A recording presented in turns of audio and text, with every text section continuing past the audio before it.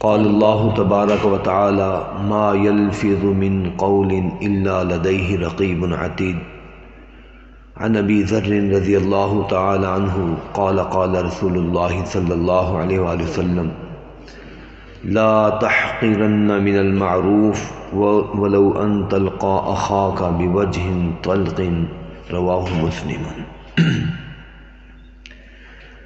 حضرات ذی وقار، مختصراً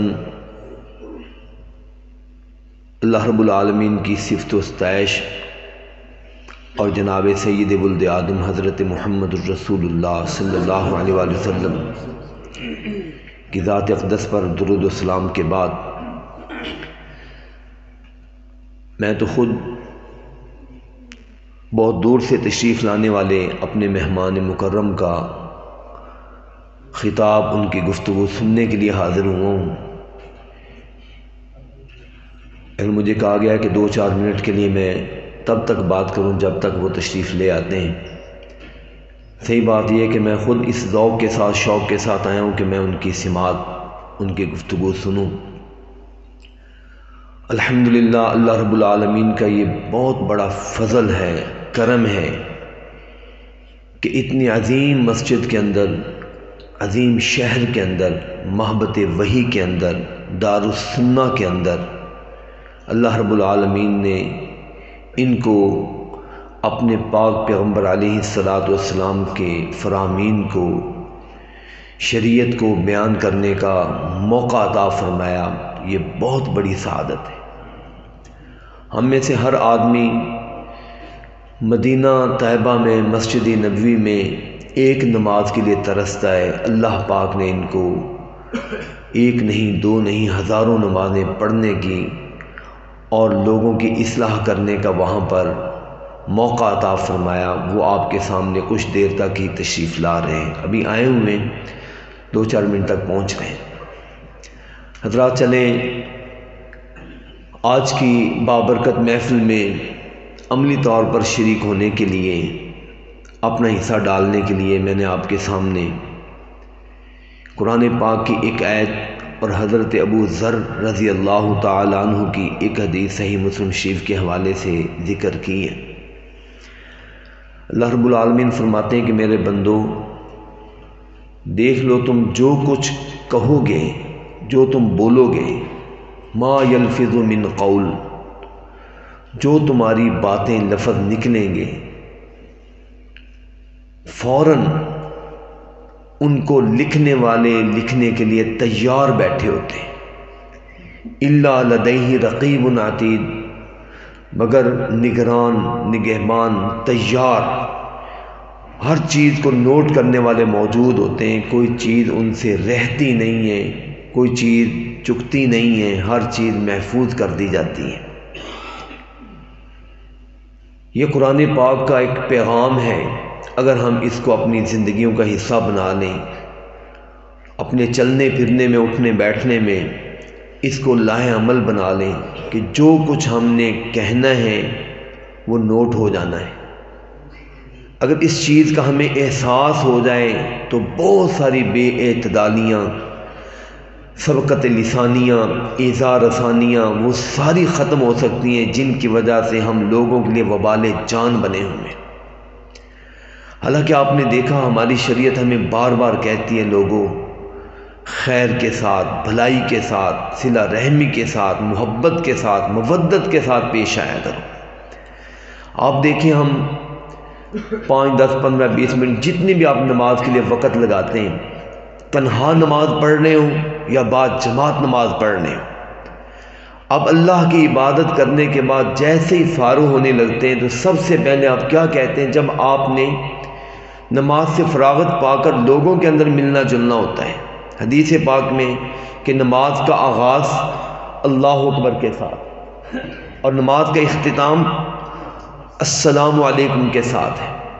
اب دیکھیے ہم نے نماز کا اختتام کرنا ہوتا ہے، معنی یہ ہے کہ اب دنیا جہان کے اندر، دیگر کاموں کے اندر لوگوں کے ساتھ ہم نے میل ملاپ رکھنا، یہ جائز ہو جاتا ہے۔ لیکن سب سے پہلا کام یہ ہوتا ہے کہ ہم یہ تحیہ کرتے ہیں، بلند آواز سے کہتے ہیں السلام علیکم ورحمۃ اللہ، میری دائیں طرف والوں، میری طرف سے تمہارے لیے سلامتی اور اللہ کی رحمت ہے، میں تمہیں کوئی تکلیف نہیں پہنچاؤں گا، تمہیں زچ نہیں کروں گا، ذک نہیں پہنچاؤں گا۔ اور بائیں طرف سلام پھیر کر بھی ہم یہی جملہ دہراتے ہیں، لیکن شاید ہم نے کبھی اس کے معنی مفہوم پر غور نہیں کیا کہ جیسے ہی سلام پھیرتے ہم ایک طرف سے السلام کہہ رہے ہوتے ہیں، دوسری طرف سے اپنی زبان کے ذریعے، اپنے ہاتھ کے ذریعے، اپنی نظروں کے ذریعے دوسروں کو تکلیف دینے لگ جاتے ہیں۔ اس کا مطلب یہ ہے کہ ہم نے السلام علیکم ورحمۃ اللہ کا مفہوم سمجھا ہی نہیں۔ اگر ہمیں اس چیز کا پتہ چل جائے کہ زبان کے الفاظ کی کاٹ دھار کیا ہے، اس کا کیا ثمرہ ہے، حضرات صحیح البخاری کی یہ حدیث قابل غور ہے۔ آقا علیہ الصلوۃ والسلام نے فرمایا کہ ان الرجل لا يتکلم بالکلمہ لا یلقی لہا بالا، ایک حدیث میں لا یتبین بہا، بندہ اپنی زبان سے کوئی لفظ بولتا ہے، لا یلقی لہا بالا، اس کی کوئی پرواہ سوچ بھی نہیں ہوتی میں کیا کہہ رہا ہوں، لیکن من سخط اللہ، وہ جملہ اللہ کی ناراضگی والا ہوتا ہے۔ اور بعض اوقات بندہ ایک جملہ اپنی زبان سے نکالتا ہے من رضوان اللہ، وہ اللہ کی رضامندی والا ہوتا ہے، اللہ کو خوش کرنے والا ہوتا ہے، لیکن آپ نے فرمایا لا یلقی لہا بالا، بندے کو کوئی پرواہ بھی نہیں ہوتی، احساس بھی نہیں ہوتا میں کیا کہنے جا رہا ہوں، کیا بات کر رہا ہوں۔ اور دیکھیے ہم اپنے روزمرہ کے معاملات میں اپنی زبان کو جس انداز سے چلاتے ہیں اور یہ سمجھتے ہیں میں نے کہا ہوا میں تحلیل ہو گیا، میں نے کہا مٹ گیا، ختم ہو گیا، نہیں حضرات، یہ ذہن میں رکھنا چاہیے، ہر چھوٹا عمل اور بڑا عمل جو ہم کر رہے ہیں اس کو نوٹ کیا جا رہا ہے۔ یہ قرآن پاک میں کہہ دیا گیا ہے، بتلا دیا گیا ہے، یوم تجد کل نفس ما عملت من خیر محضرا وما عملت من سوء، بندے نے جو خیر یا برائی کا جملہ بولا ہے وہ اپنے سامنے قیامت کے دن پائے گا، محضرا، سامنے آ جائے گا، حاضر ہوگا، اور پھر کہے گا یود لو ان بینہا وبینہ امدا بعیدا، کاش کہ میرا اس کے ساتھ کوئی تعلق نہ ہوتا، یہ جملہ مشرق میں ہوتا تو میں مغرب میں ہوتا، یہ جملہ مغرب میں تھا تو میں مشرق میں ہوتا، مطلب اس کا میرے ساتھ کوئی واسطہ اور تعلق ہی نہ ہوتا۔ اس وقت بندے کو احساس ہوگا۔ آپ نے فرمایا لوگوں، یہ ایک جملہ جو بندہ اللہ کی خوشی کا بول دیتا ہے، اللہ کو راضی کرنے والا بول دیتا ہے، چھوٹا سا جملہ آپ کوئی بول دیں، سبحان اللہ کہہ دیں، الحمدللہ کہہ دیں، آپ نے فرمایا جملہ چھوٹا سا ہے لیکن تملأ ما بین السماوات والارض، اس کے ذریعے اللہ زمین سے لے کر آسمان تک بندے کی نیکیاں عطا کر دیتا ہے، نیکیوں سے بھر جاتا ہے۔ ایک حدیث میں تملأ المیزان، اللہ کا میزان، ترازو اتنا بڑا میزان ہے کہ 7 زمینیں 7 آسمان بھی اس کے اندر آئیں تو اس کو محسوس نہیں ہوتا میرے اندر کیا ہے، اتنا بڑا ہے۔ لیکن آپ نے فرمایا بندہ اللہ کی رضا کی خاطر یہ جملہ سبحان اللہ الحمدللہ بولتا ہے، اتنا بڑا میزان کا پلڑا بھر جاتا ہے۔ چھوٹا سا جملہ بول لیں، اچھی بات کہہ دیں، اور اگر اچھی بات نہیں آ رہی، لازمی نہیں ہوتا کہ ہر جگہ ہم نے بولنا ہی ہے، ہم اپنی فلسفی کوئی بگاڑ دیں، ہم کوئی اپنا ارسطو پن ظاہر کر دیں کہ میں بھی سقراط فقرات ہوں، نہیں آ رہا تو چپ کر دیں۔ ترمذی شریف میں حدیث ہے لوگو من صمت نجا، جو آدمی چپ کر جائے گا وہ بھی نجات پا جائے، خاموش ہو جائیں، نہیں آتی بات تو چپ کر دیں، نہ بولنے، نہیں بولنے والی بات نہ بولیں، خام خواہ بول کر پھر اس کے بعد بندہ شرمندگی اٹھائے، بندہ کہ اچھا جی میں نے تو ویسے کیا تھا، میں نے ویسے کہا تھا، مت بولیں ایسی بات۔ کہا بندہ ایک جملہ اللہ کی ناراضگی کا بولتا ہے، مثال کے طور پر دیکھ لیں آپ، اچھے جملے بھی ہیں، برے جملے بھی ہیں، اچھے جملے کی میں نے مثال دے دی، برے جملے کی مثال دیکھ لیں۔ ہم عام طور پر لوگوں کے معاملات میں، لوگوں کے بچوں کے بارے میں، بچیوں کے بارے میں، لوگوں کے فیملیز کے بارے میں، ان کے معاملات کے بارے میں، فلانا بندہ تو بد چلن ہے جناب، فلانی خاتون بد چلن ہے۔ پتہ ہے آپ کو یہ بد چلن کا لفظ، بد چلن کیا مطلب ہوتا ہے؟ بد چلن ہمارے پاس بہت سارے لوگ یہ فتاویٰ لے کر آتے ہیں. میں نے کئی مرتبہ اسٹام نویس ہیں، عدالتوں کے لوگ آتے ہیں، وکیل حضرات آتے ہیں. میں نے کہتے ہیں یار یہ آپ جو بد چلن لکھ دیتے ہیں کہ جی میں اپنی بیوی کو طلاق دینا چاہتا ہوں، وہ میرے کہے کے اندر نہیں ہے، وہ بد چلن ہے. میں نے کہا پتہ ہے آپ کو بد چلن کا کیا مطلب ہوتا ہے؟ بد چلن کا مطلب ہے وہ بد کردار، اس کا چال چلن اچھا نہیں ہے، وہ غلط عورت ہے. کسی عورت کے بارے میں اس طرح کا جملہ بول دینا اتنا بڑا جملہ ہے. 18ویں پارے کی سورہ النور کے اندر ہے وہ لوگ والذین یرمون المحصنات ثم لم یأتوا باربعۃ شہداء فجلدوہم 80 جلدہ. جو آدمی کسی عورت کو بد چلن کہہ دے کہ یہ عورت غلط ہے، اس کا کردار مشکوک ہے، غلط ہے، قرآن کہتا ہے ایسے آدمی کے لیے یہ فرض ہو جاتا ہے کہ 4 گواہ پیش کرے، وگرنہ فجلدوہم 80 جلدہ، وگرنہ اس کو 80 کوڑے مارے جائیں. 80 کوڑوں کی سزا اس شخص کے لیے جو آدمی کسی عورت کو بد چلن کہتا ہے پھر گواہ بھی پیش نہیں کرتا. صرف شریعت نے نرمی زیادہ سے زیادہ شوہر کے لیے رکھی. اگر کوئی شوہر اپنی بیوی کے بارے میں یہ بات کہتا ہے، اگر 4 گواہ لے آئے تو عورت رجم ہو جائے گی. اگر 4 گواہ نہیں لے کر آتا تو سورہ النور کے اندر یہاں پر یہ موجود ہے کہ مرد 4 گواہوں کی جگہ پر 4 قسمیں اٹھا کر کہے گا اللہ کی قسم میں سچا ہوں، جو بات میں کہہ رہا ہوں وہ بالکل صحیح ہے، صحیح ہے. 4 قسمیں اٹھائے گا. پھر 5ویں قسم اٹھا کر کہے گا والخامسۃ ان لعنت اللہ علیہ ان کان من الکاذبین، کہ میں 5ویں مرتبہ قسم اٹھا کر کہہ رہا ہوں کہ اگر میں جھوٹا ہوا تو مجھ پر اللہ کی لعنت ہوگی. اس کو لیان کہا جاتا ہے. اس کو کیا کہا جاتا ہے؟ لیان. عربی کے اندر لیان کہا جاتا ہے. اور جو آدمی اپنی بیوی سے یہ عمل کر لیتا ہے، لیان کر لیتا ہے، پھر ہمیشہ کے لیے قیامت تک کے لیے ایسی عورت ایسے مرد کے لیے حرام ہو جاتی ہے. ایسی عورت ایسے مرد کے لیے، مرد عورت کے لیے حرام. تو مطلب کہنے کا یہ ہے کہ یہ جملہ اگر عام آدمی کسی عورت کے بارے میں بولتا ہے تو اس کو 4 گواہ پیش کرنے پڑیں گے. اگر نہیں لے کر آئے گا، قرآن کہتا ہے کتنے کوڑے مارے؟ 80 کوڑے مارے، 80 کوڑے. اور اگر شوہر یہ الزام لگاتا ہے تو اس کے لیے یہ سزا ہے. اور اگر خدا نخواستہ دے کہ اس نے جھوٹا الزام لگایا تو قیامت تک وہ اس کا وبال بھگتے گا. مجھے یہ بتلائیے یہ جملے ہم کسی کے بچے کے بارے میں، کسی کی بچی کے بارے میں، کسی کی بیوی کے بارے میں، کسی کی ماں کے بارے میں یہ جملہ بول دیں یا اسی کے ساتھ ملتا جلتا فلان آدمی تو حرامی آدمی. حرام کا لفظ پتہ کیا مطلب ہوتا ہے؟ اس کا بھی یہی مطلب ہوتا ہے. اتنا بڑا جملہ ہے جو ہم بولتے ہیں، ہم سمجھتے ہیں ہم نے کہا، تحلیل ہو گیا، کسی کو پتہ نہیں چل رہا. قرآن کہتا ہے میرے بندو مت بھولو، احصاہ اللہ ونسو، تم کر کے بھول چکے ہو، تمہارا مالک اس کو محفوظ کر کے رکھا، محفوظ کر کے بیٹھا ہے. انا کنا نستنسخ ما کنتم تعملون. اور قیامت کے دن اللہ فرما دے گا میرے بندے جو کچھ تم نے کیا تھا ہم نے وہ ساری چیزیں نوٹ کر لی. اور کہا جائے گا اقرأ کتابک، پڑھ اپنی کتاب، پڑھو تم نے کیا کیا ہے.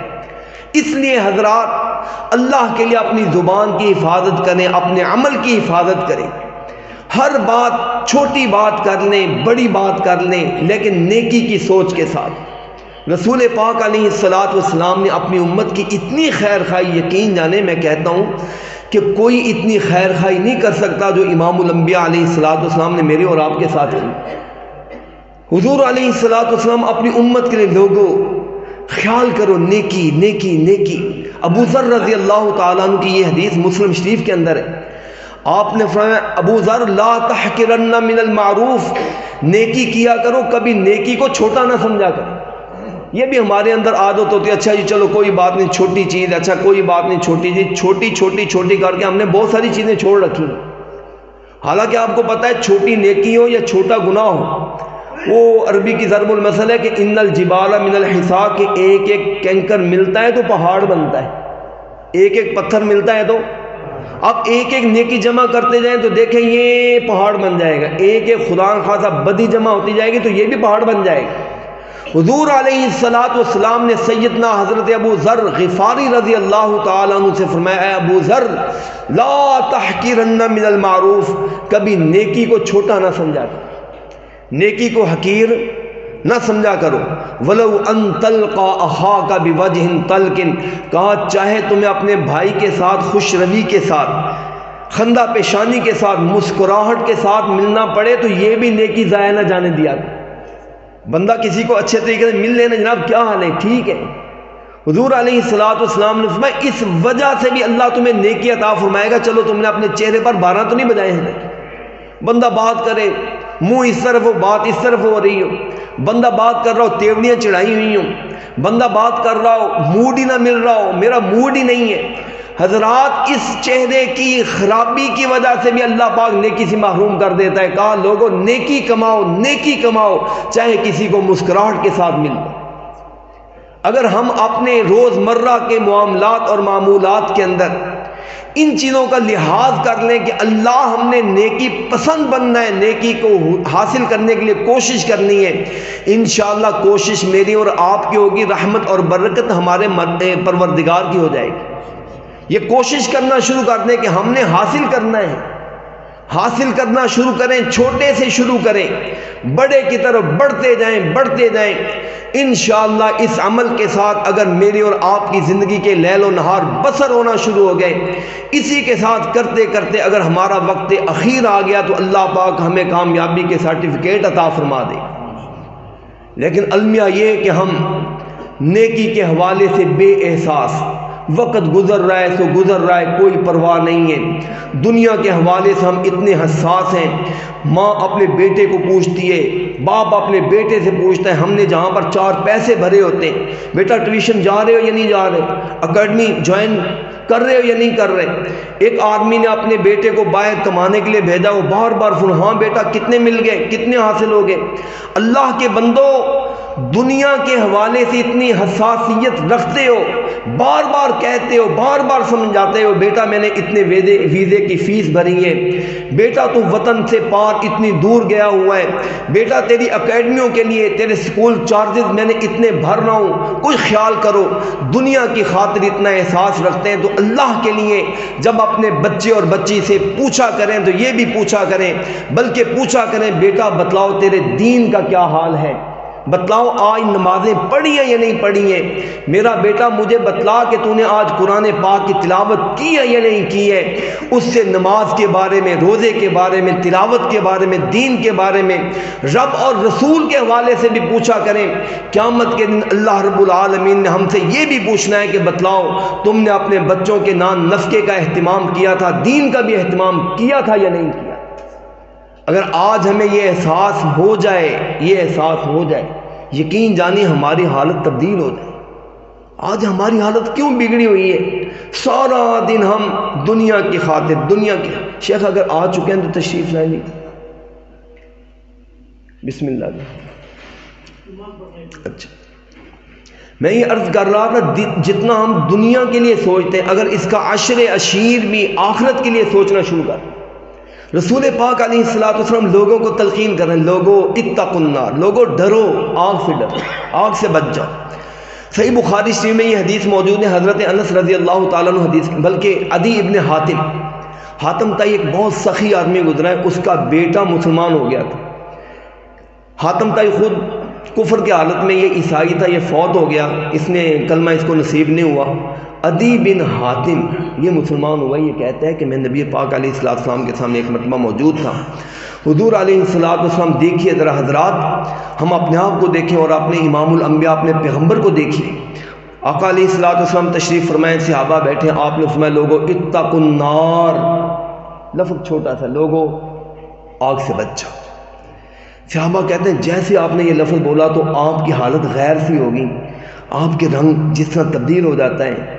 ایک حدیث پاک میں اعرض بوجہی، اور ساتھ یہ بھی لفظ ہے اشاح، آقا علیہ السلام کے چہرے کے تیور بدل گئے، رنگ بدل گیا، تیوڑی چڑھا لی، جس طرح بندہ کسی چیز کو دیکھتا اور کہتا توبہ استغفار، ایسے، اور آپ نے چہرہ ایک طرف کر لیا۔